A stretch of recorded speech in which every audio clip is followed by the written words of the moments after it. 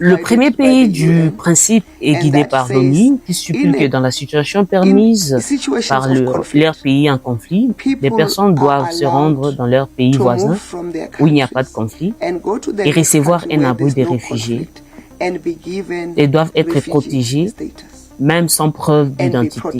Il faut les réhabiliter et les accueillir en leur fournissant un niveau de reconnaissance et leur donner des raisons. Car parfois, elles fuient lorsqu'elles sont attaquées, rien n'a emporté, seulement le vêtement dans leur sac et rien d'autre. Et ce qui est important, et même si vous regardez la situation géographique de l'Afrique du Sud, nous n'avons pas de situation de conflit avec le pays voisin.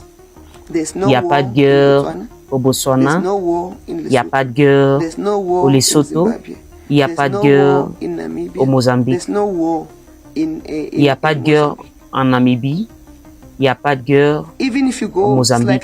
Même si vous allez plus loin, il n'y a pas de guerre en Zambie, il n'y a pas de guerre au Malawi. Par conséquent, cela signifie que les personnes qui se trouvent au Soudan doivent s'installer dans le prochain pays où elles pourront quitter leur pays sûr, à savoir le Soudan du Sud, et peuvent s'installer en Somalie, peuvent s'installer dans cette région, l'Ouganda, qui est le plus proche. Nous n'avons donc pas l'accueil de réfugiés politiques ou des réfugiés. Le livret blanc vise donc à réglementer les critères d'admission des réfugiés dans la situation exceptionnelle. Nous avons accueilli des réfugiés économiques. Vous vous souvenez lorsque le Zimbabwe a connu une récession économique prolongée et une forte diminution de revenus. Nous avons alors admis des personnes comme réfugiés économiques quand nous avions introduit les permis spéciaux zimbabwéens. On les a accueillis parce que c'est inhumain d'être en paix chez soi quand ça brûle chez le voisin, pendant que vous pouvez lui apporter l'aide.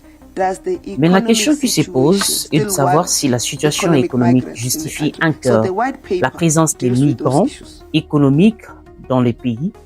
Le livre blanc traite ces questions. Une nouvelle loi sur l'immigration est en train de changer la vie de millions d'étrangers en Afrique du Sud. Mais ce que beaucoup ignorent, c'est que ces white papers peuvent soit ouvrir des opportunités, soit compliquer votre vie. Aujourd'hui, je vous explique tout.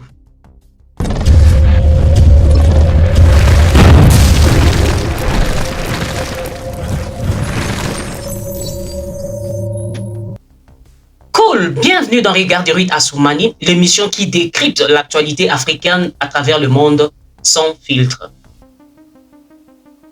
Premièrement, beaucoup de gens m'ont demandé, Mère centrale, Ruth Assoumani, c'est quoi le white paper? Le gouvernement sud-africain a relancé un document stratégique appelé White Paper sur l'immigration. Ces documents visent à restructurer la manière dont les étrangers entrent et vivent et travaillent ici en Afrique du Sud. Alors, le contenu de ces White Paper, c'est quoi? 1. C'est le contrôle le plus strict. 2. La priorité aux citoyens sud-africains, bien sûr. Et 3. Réforme des visas.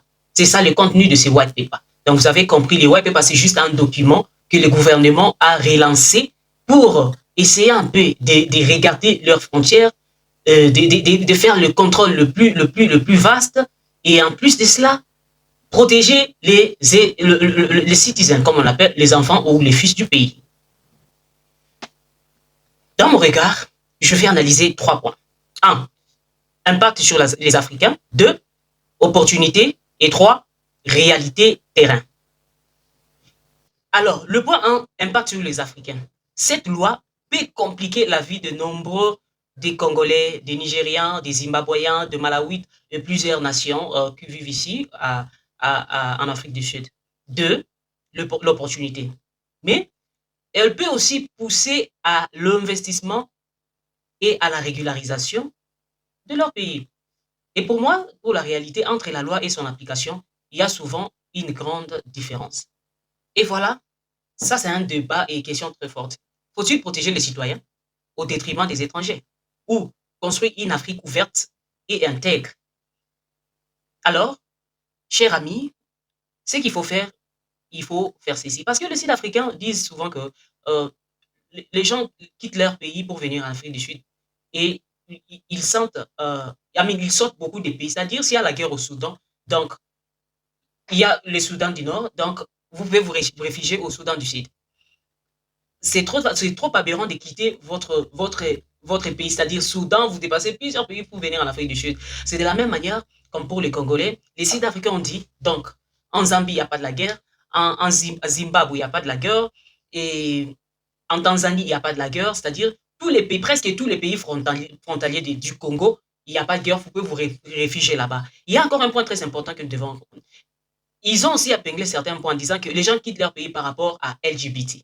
C'est-à-dire que il y a d'autres pays, ils n'acceptent pas le mariage entre hommes, femmes, c'est-à-dire l'homosexualité. Et ils ont dit, en Afrique, il n'y a pas seulement l'Afrique du Sud qui permet le mariage du même sexe. Donc, c'est-à-dire que l'homme peut épouser la femme, l'homme peut épouser l'homme, la femme peut épouser la femme. Donc, c'est-à-dire, au lieu de vous réfugier en Afrique du Sud, seulement cherchez les pays voisins et puis réfugiez-vous là-bas. Alors, si tu veux quitter ton pays, donc, premièrement, tu dois leur montrer un document que tu viens straight, donc directement de ton pays jusqu'en Afrique du Sud.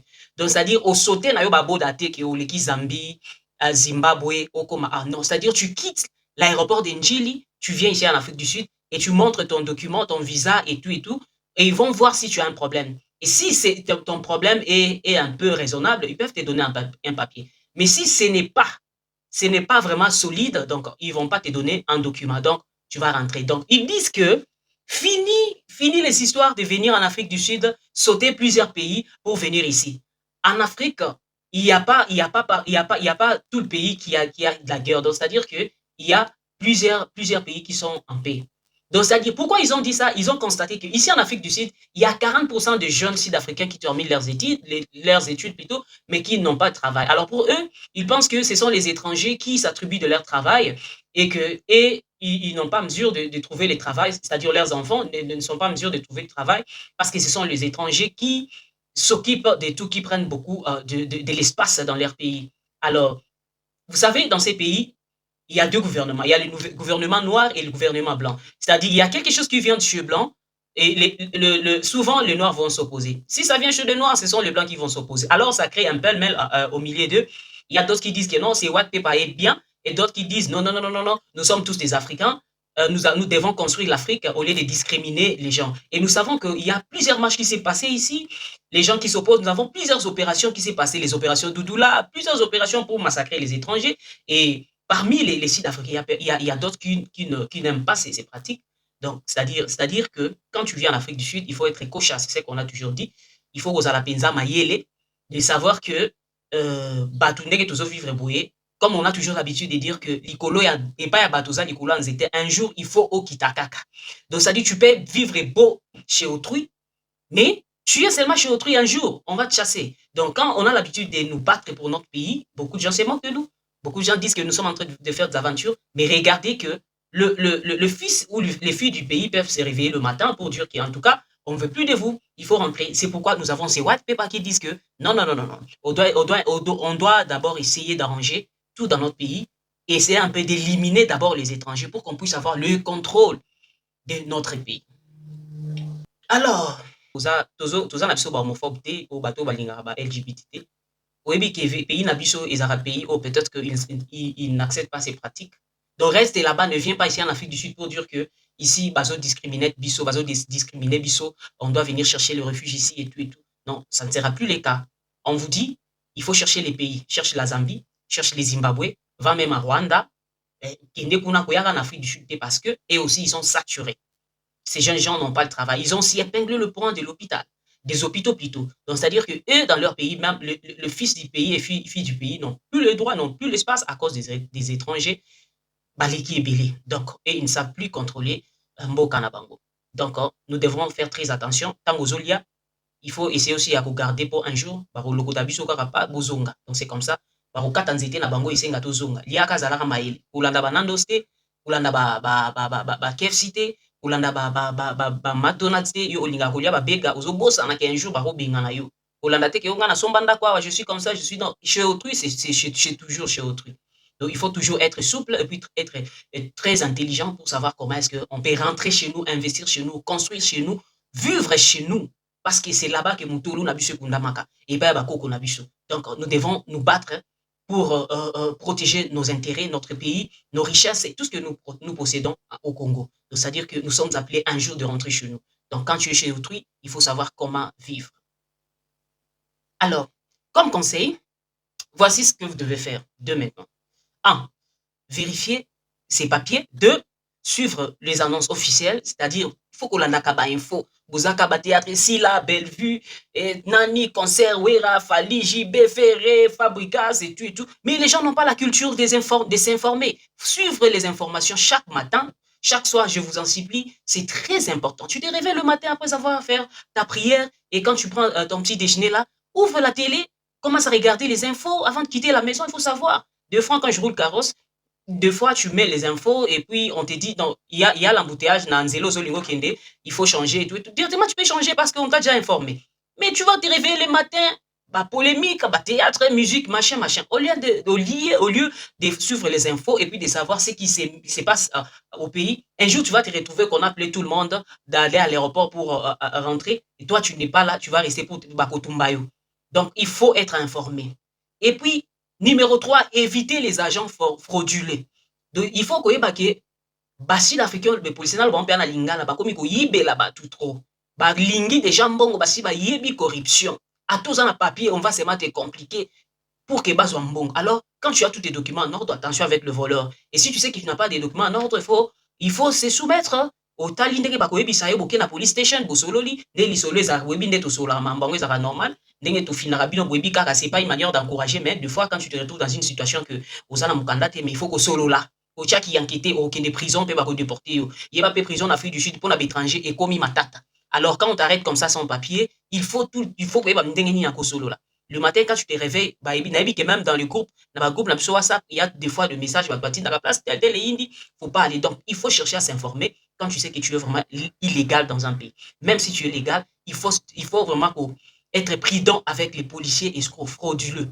Bakomi koyibela batu, bakomi kosala mbokanza, il est en tenue mais il n'est pas un vrai policier. Bazoya bazo kidnap batu, bazo violer batu, bazo yiba bambongo, bazo menacer. En fin de compte, parmi la police station te, ba yibo biloko yo surtout baki. Alors il faut vraiment être prudent na makambo zo leka na mboka oyo. Alors pour conclure, je dirais ceci, l'immigration n'est pas seulement une question de loi, mais c'est une question de dignité, d'avenir et d'identité africaine. C'était là votre émission Regard de Ruth Assoumani, l'émission qui décrypte l'actualité africaine et à travers le monde, sans filtre avec la vôtre, Ruth Good Life Assoumani, maire centrale, la Neymar de la presse et qui est Zambrota, journaliste de la diaspora. D'ici là, portez-vous bien, nous allons nous retrouver très prochainement avec un nouveau numéro. Sinon, stay safe, if you know, you know.